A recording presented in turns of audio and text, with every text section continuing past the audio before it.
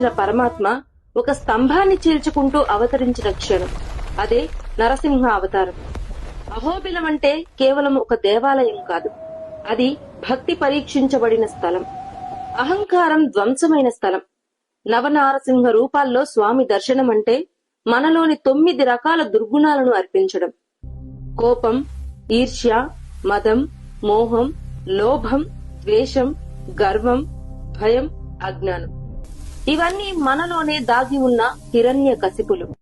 హోలీ రోజు మనం బయట రంగులు చల్లుకుంటాం, కానీ అహోబిలం మనకు నేర్పేది మనలోని అహంకారాన్ని దహనం చేయడమే నిజమైన ఉత్సవమని. ఈసారి హోలీ జరుపుకునేటప్పుడు కేవలం రంగులు కాదు, మనలోని దుర్గుణాలను కూడా అగ్నికి అర్పిద్దాం. ఓం నమో నారాయణాయ అని కామెంట్ చేసి ఈ ఆధ్యాత్మిక సందేశాన్ని అందరికీ షేర్ చేయండి. మీరెప్పుడైనా అహోబిలం నవనారసింహ దర్శనం చేసుకున్నారా? మీరు ఎప్పుడైనా అహోబిలం అడవుల్లో ఆ ఉక్కు స్తంభాన్ని చూసారా? కామెంట్స్ లో చెప్పండి. ఓం నమో నారాయణాయ.